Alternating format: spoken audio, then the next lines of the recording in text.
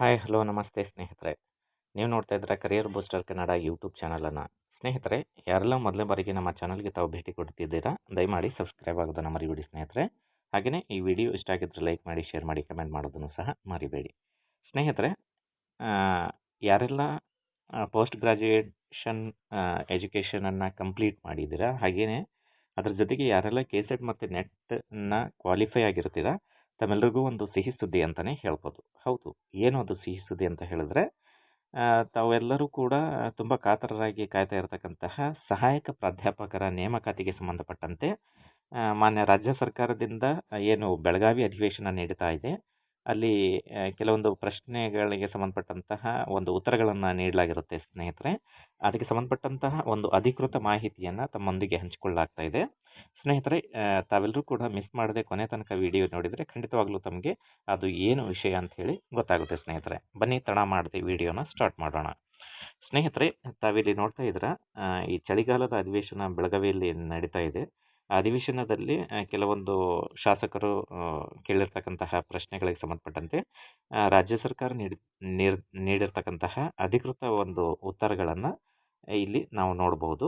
ತಾವಿಲ್ಲಿ ನೋಡ್ತಾ ಇದ್ದೀರಾ, ಪ್ರಶ್ನೆ ಬಂದ್ಬಿಟ್ಟು, ಒಳ ಮೀಸಲಾತಿ ಸಮಸ್ಯೆ ಬಗೆಹರಿದಿರುವುದರಿಂದ ಸರ್ಕಾರಿ ಪ್ರಥಮ ದರ್ಜೆ ಕಾಲೇಜುಗಳಿಗೆ ಅಂದರೆ ಡಿಗ್ರಿ ಕಾಲೇಜು, ಗೌರ್ಮೆಂಟ್ ಡಿಗ್ರಿ ಕಾಲೇಜುಗಳಿಗೆ ಬೋಧಕರ ನೇಮಕಾತಿ ಪ್ರಕ್ರಿಯೆಗೆ ಸರ್ಕಾರ ಚಾಲನೆ ನೀಡಲಿದೆಯೇ ಅಂತ ಹೇಳಿ ಒಂದು ಪ್ರಶ್ನೆ ಇರುತ್ತೆ. ಒಂದು ವೇಳೆ ಚಾಲನೆ ನೀಡಿದ್ದರೆ ಹಾಗಿದ್ದಲ್ಲಿ ಎಷ್ಟು ಮಂದಿ ಬೋಧಕರನ್ನು ನೇಮಕಾತಿ ಮಾಡಿಕೊಳ್ಳಲಾಗುವುದು ಹಾಗೂ ಯಾವಾಗ ಪ್ರಕಟಣೆಯನ್ನು ಹೊರಡಿಸಲಾಗುವುದು ಅಂತಕ್ಕಂತಹ ವಿವರವನ್ನು ನೀಡಬೇಕು ಅಂತ ಹೇಳಿ ಒಬ್ಬರು ಶಾಸಕರು ಪ್ರಶ್ನೆಯನ್ನು ಕೇಳಿರ್ತಾರೆ.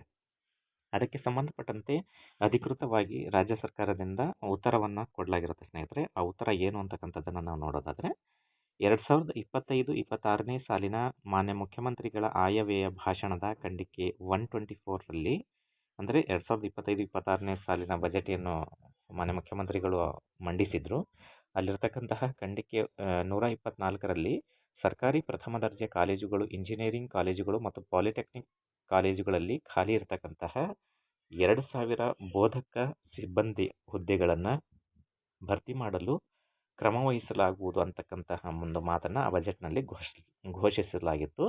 ಸದರಿ ಹುದ್ದೆಗಳ ಪೈಕಿ, ಅಂದರೆ ಟೋಟಲ್ 2000 ಹುದ್ದೆಗಳ ಪೈಕಿ ಕಾಲೇಜು ಶಿಕ್ಷಣ ಇಲಾಖೆಯಲ್ಲಿ ಖಾಲಿ ಇರ್ತಕ್ಕಂತಹ, ಅಂದರೆ ಡಿಗ್ರಿ ಕಾಲೇಜುಗಳಲ್ಲಿ ಖಾಲಿ ಇರ್ತಕ್ಕಂತಹ ಶಿಕ್ಷಣ ಇಲಾಖೆಯ ಖಾಲಿ ಇರ್ತಕ್ಕಂತಹ ಒಟ್ಟು 826, ಅಂದರೆ 826 ಪೋಸ್ಟು ಸಹಾಯಕ ಪ್ರಾಧ್ಯಾಪಕರ ಹುದ್ದೆಗಳನ್ನು, ಅಂದರೆ ಅಸಿಸ್ಟೆಂಟ್ ಪ್ರೊಫೆಸರ್ ಹುದ್ದೆಗಳನ್ನು ಒಳಗೊಂಡಂತೆ ಭರ್ತಿ ಮಾಡಲು ಕ್ರಮವಹಿಸಲಾಗುತ್ತಿದೆ ಅಂತಕ್ಕಂತಹ ಒಂದು ಅಧಿಕೃತ ಮಾಹಿತಿಯನ್ನು ಮಾನ್ಯ ಉನ್ನತ ಶಿಕ್ಷಣ ಸಚಿವರು ಇಲ್ಲಿ ಅಧಿಕೃತವಾಗಿ ಮಾಹಿತಿಯನ್ನು ನೀಡಿರ್ತಾರೆ ಸ್ನೇಹಿತರೆ.